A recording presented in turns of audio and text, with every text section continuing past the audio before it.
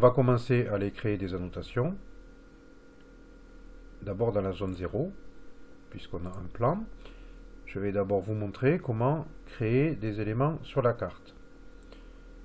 Pour être en mode création d'annotation avec des coordonnées, il faut cocher ici cette case. Et à ce moment-là, n'importe où on va cliquer, il va nous placer une annotation. Donc voilà, on a demandé, on est dans le mode ajouter une annotation. Donc c'est l'annotation 1, ou on va l'appeler pilier, parce que justement là on a remarqué, on a une remarque à faire sur ce pilier. Donc implanter des anodes. Anode il ne connaît pas.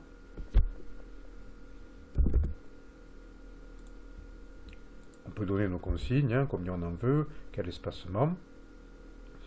Date de saisie, c'est la date du jour. On prévoit qu'elles seront implantées demain. Date de levée, donc on la saisira quand ce sera réalisé. Là, on a un petit élément sur lequel on peut agir.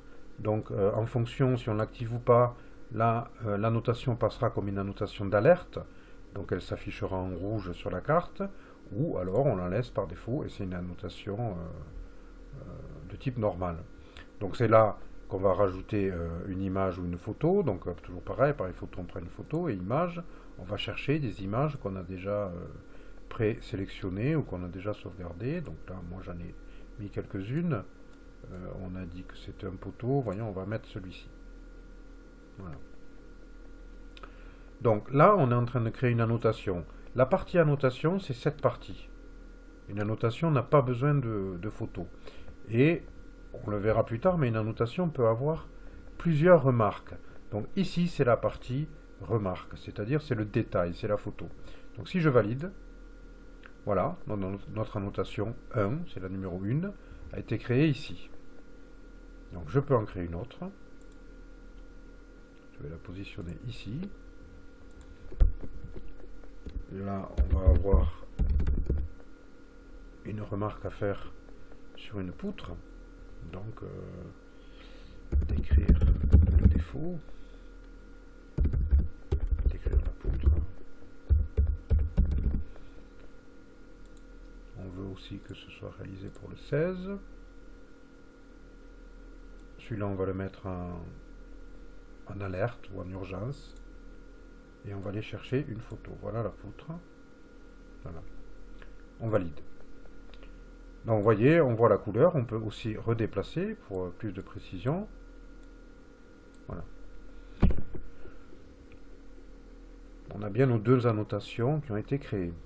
On voit ici ce bouton qui nous permet aussi de créer une annotation. Donc on va dire, là aussi ça va être une poutre, c'est la poutre 2B on va dire. Donc on n'a pas de date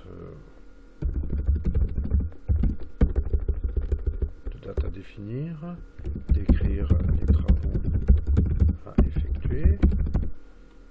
On va aller chercher une photo. Voilà la photo. Non. Poutre en bois, on va prendre celle-ci. C'est pas une alerte, on valide. Voilà.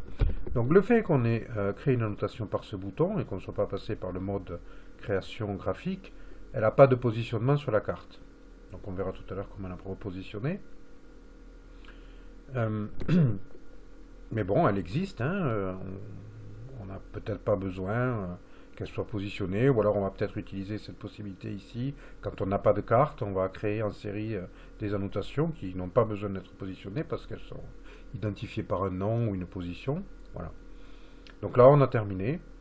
Si jamais on supprimait la carte, ça ne supprime pas les annotations. Ça perd juste les coordonnées. Elles ne pourront pas être affichées parce qu'il n'y a pas de carte. Mais elles seront toujours affichées ici. Si on passe en liste d'annotations, on verra nos cartes, nos annotations. D'ailleurs, on voit ici qu'on a 3 annotations. Donc on pourrait directement accéder en mode modification à une annotation.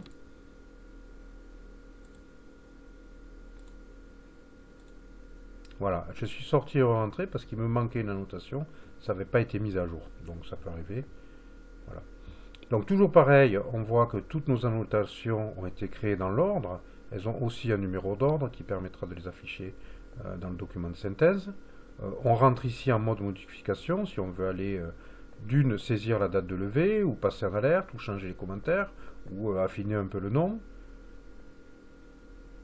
Et on valide par ici. De la même manière, on peut, je reviens dedans, on peut changer ici le numéro d'ordre pour changer l'ordre d'affichage. Hein. Donc je reviens dans la liste. On voit ici une liste déroulante avec des remarques. Donc par défaut, à chaque fois qu'on crée une annotation, ça crée aussi une remarque associée. On est obligé d'avoir toujours au moins une remarque. La remarque, on va aller la voir, donc on peut y accéder par là. C'est elle qui contient la photo. Et par défaut, il n'y avait pas de description parce qu'on avait déjà une description pour la notation. Donc si on veut donner plus de détails, il faut venir maintenant saisir dans la remarque, saisir une nouvelle description. Peut-être changer le titre aussi ici pour dire c'est une poutre en gros plan, vue est ou vue de dessous, je ne sais pas. Voilà. Donc c'était ici, en faisant dérouler la liste déroulante, qu'on pouvait accéder aux détails, à la remarque de la notation.